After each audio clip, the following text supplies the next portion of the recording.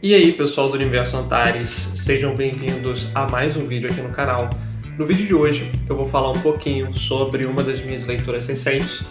Para quem não sabe, né, eu estou fazendo uma playlist onde eu analiso todos os contos do H.P. Lovecraft. Porém, eu leio outras coisas, né?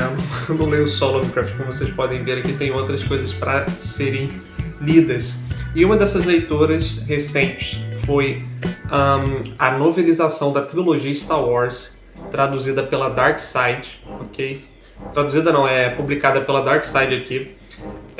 Então, essa trilogia adapta o episódio 4, Uma Nova Esperança, episódio 5, O Império Contra-Ataque, e episódio 6, O Retorno do Jedi. Então a gente conhecia Star Wars aqui como Guerra nas Estrelas, né? Mas hoje em dia a maior parte das pessoas fala Star Wars. Bom, o que eu queria comentar sobre essa obra, ela, como vocês podem ver, ela é relativamente grande, assim, eu tenho uma edição.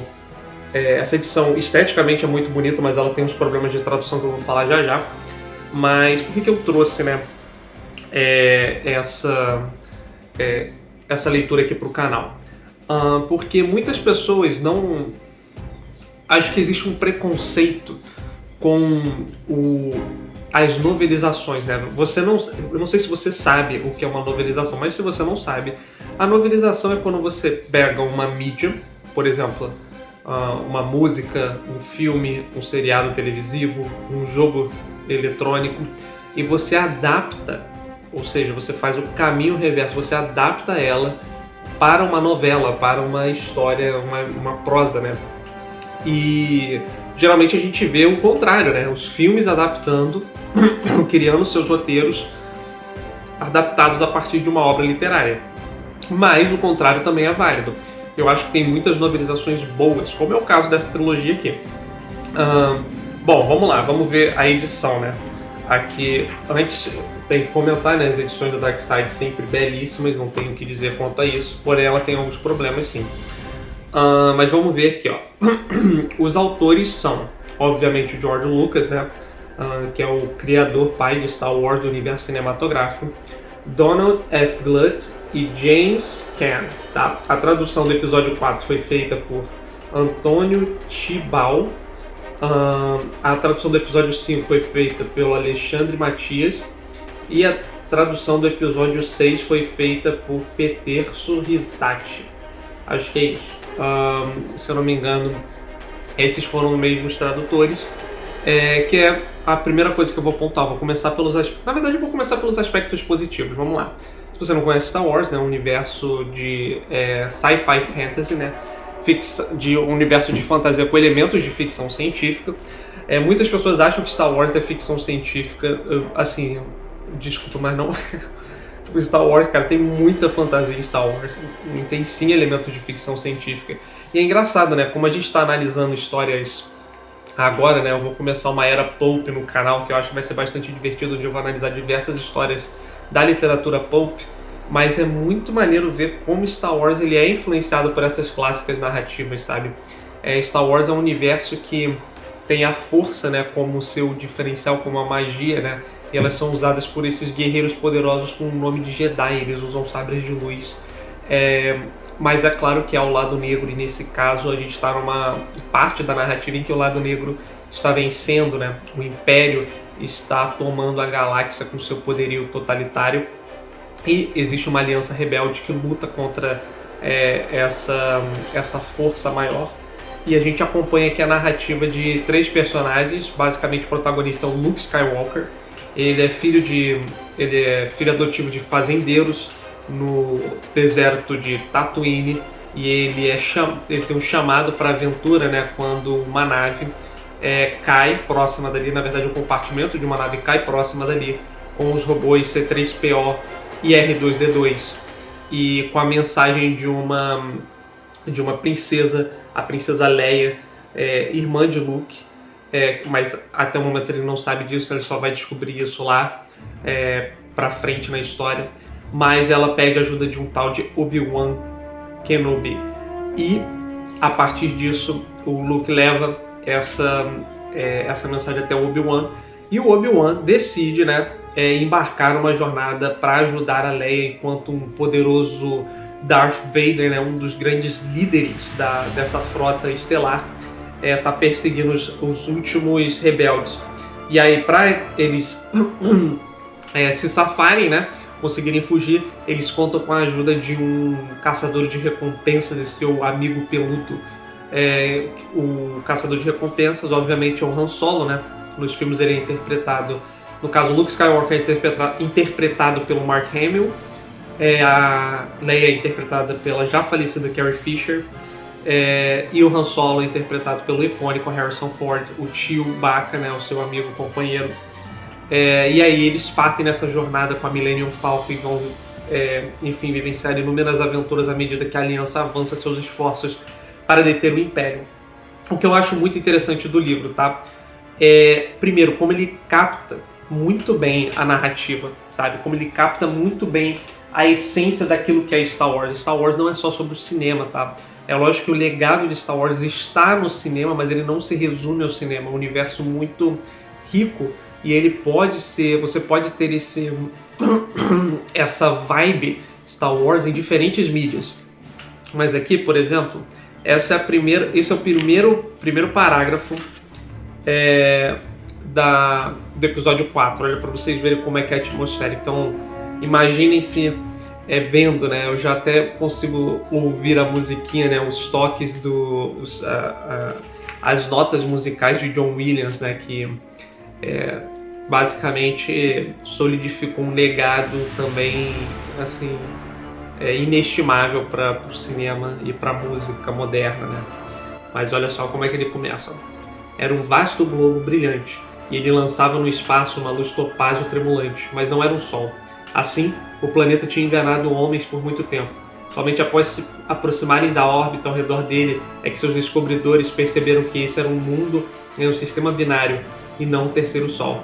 A princípio, parecia certo que nada poderia existir em tal planeta, muito menos humanos. Ainda assim, ambas as gigantescas estrelas G1 e G2 orbitavam no centro comum, com uma regularidade peculiar, e Tatooine dava voltas ao redor delas, longe o suficiente para permitir o desenvolvimento de um clima estável, ainda que admiravelmente quente. Em sua maior parte, aquele era um mundo desértico e seco, cujo inusitado brilho estelar amarelado era resultado da dupla luz solar, atingindo areias e planícies ricas em sódio. A mesma luz solar repentinamente brilhou na fina pele de uma figura metálica caindo de maneira insana rumo à atmosfera. Então perceba como é cinematográfico também todo o ambiente através do qual Star Wars acontece, né, que na verdade são diferentes planetas. Eles são exuberantes, assim, eles são lindos, sabe? Até os planetas feios conseguem ser lindos. E eu gosto muito disso porque Star Wars é isso, é cultura, sabe? É a luta do bem contra o mal. É uma clássica, nesse caso aqui, de fato estamos falando da trilogia clássica, né? Inclusive tem aqui as eras, né? A gente está na era aqui, que é de fato a clássica, né? Tem até o nome de... Esse é o título, justamente. Mas é engraçado como, cara, a jornada do herói, ela é bem estruturada e ela consegue agradar tantas pessoas. A jornada do herói, ela foi criada, né? Não foi criada, mas na verdade um estudioso chamado Joseph Campbell, ele escreveu um livro chamado Herói de Mil Faces, né? Em que ele meio que pegava esses mitos, todos esses mitos antigos, e ele estudava, fazia uma estrutura conhecida como Jornada do Herói. E é engraçado como ela funciona muito bem no aspecto de produção de conteúdo, porque o George Lucas usa e abusa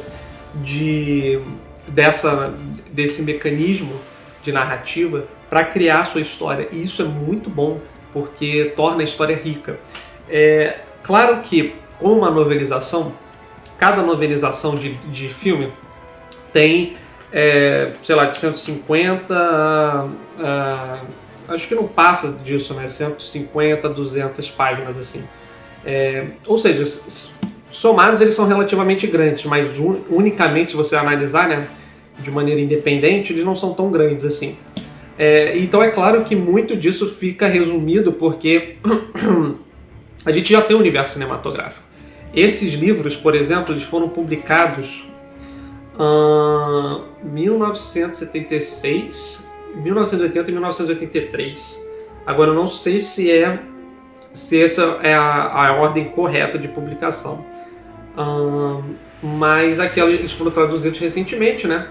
Mas é engraçado como o roteiro, nesse caso, ele serve muito mais como uma bússola do que a própria adaptação cinematográfica. Porque muitas das descrições aqui são confusas e só podem ser visualizadas de fato quando você olha um filme. A maneira como eles descrevem certos objetos, certos alienígenas, sou um pouco confusa aqui, apesar de algumas partes isso também atuar em favor da narrativa literária, né? da novelização. O que eu acho mais interessante nessa história em si é que ela representa um marco, né? O início de tudo. E eu acho que é um bom exemplo para escritores, né? Porque tinha muito aqui que o próprio George Lucas ele meio que faz uma introdução a cada livro, né? Falando sobre como é que estava o processo criativo dele de produção de roteiros e tudo mais. E muito disso daqui ele sabia, mas é aquilo. Eu não sei se vocês já ouviram falar de outra teoria também, que é a teoria do iceberg, né? O Brandon Sanderson comenta muito sobre você não precisa saber de tudo, você só precisa mostrar que tem uma pontinha ali do iceberg que no futuro os espectadores, leitores, enfim, quem está experimentando, quem está presenciando a sua narrativa, né, acompanhando a sua narrativa, vai saber daqueles mistérios. Então, por exemplo, o fato de que o Darth Vader é pai do Luke Skywalker, o George Lucas já sabia, mas a história funciona independentemente disso, sabe? Somente no segundo filme é que ele vai dar uma ênfase maior. O segundo e o terceiro filme, eles são muito mais dependentes um do outro. E eu li... o meu processo de leitura foi assim. Eu lia o livro, depois eu assisti o filme. Li o livro, assisti o filme. E de fato, cara, são excelentes novelizações.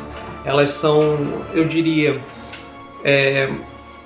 elas têm um quê de escrita que varia do médio, tá? Do médio para o excelente, na sua maior parte é médio, e quando eu digo médio é medíocre mesmo. Muitas metáforas são medíocres, mas eu não diria que isso é uma coisa ruim, porque aquilo é uma narrativa sincera. Então os personagens eles ganham vida, mas eles ganham vida muito mais nos últimos livros. O chamado para a aventura ele não soa tão convincente, porque aquilo a gente já está vendo uma história que ela foi segmentada primeiro no cinema. Então não tem aquela coisa do desenvolvimento de pensamento, muito tempo para isso. Então muito fica subtendido. E do ponto de vista literário isso é fraco, sim, mas ele funciona se você quer acompanhar a estrutura do filme. Então acho que esse é o papel principal da novelização. E aqui faz isso muito bem. Tem problemas? Tem problemas. Os meus principais problemas aqui é a tradução, porque ela tem muitos erros de português, muitos erros, assim, erros de tradutor, de Google Tradutor, porque, por exemplo, tem um artigo feminino para uma palavra masculina, ou então, de repente, o plural é cortado, ou tem uma palavra em plural. Eu não gostei particularmente do modo como no terceiro livro o autor ele descreve as onomatopeias. Então, por exemplo, algumas criaturas elas se comunicam em línguas desconhecidas, na verdade todas elas, né? Até os humanos, mas a gente usa o inglês só para ser acessível pra gente. Mas é o seguinte, por exemplo, o Chewbacca ele só fala com aquele jeito, aquele ou então o R2-D2 ele só se comunica através de bip bip. E no terceiro livro, por exemplo, pelo fato deles não terem sido feitos pelos mesmos autores, isso é perceptível, cara, e isso denota pelo menos pra mim, isso ficou um pouco chato, porque as onomatopeias elas são descritas. Então, por exemplo, a R2D2 fala, e ao invés do autor falar tipo assim, R2D2 bipou, sabe, ou fez esse barulho assim, fez um bip, ele faz isso, e aí depois ele coloca um bip, deixa eu ver se eu acho um exemplo aqui, mas eu não curti isso, sabe. Eu achei que isso acabou prejudicando um pouco o ritmo do texto. Então olha só que coisa, eu não sei se vocês vão conseguir aqui ver, mas tem aqui eu não sei, achei muito infantil isso, sabe? É um diálogo aqui entre o C3PO e o R2D2, e é proposital, né, na narrativa, que o R2D2, o que essas outras criaturas, o Chewbacca, né, estejam falando, seja ininteligível.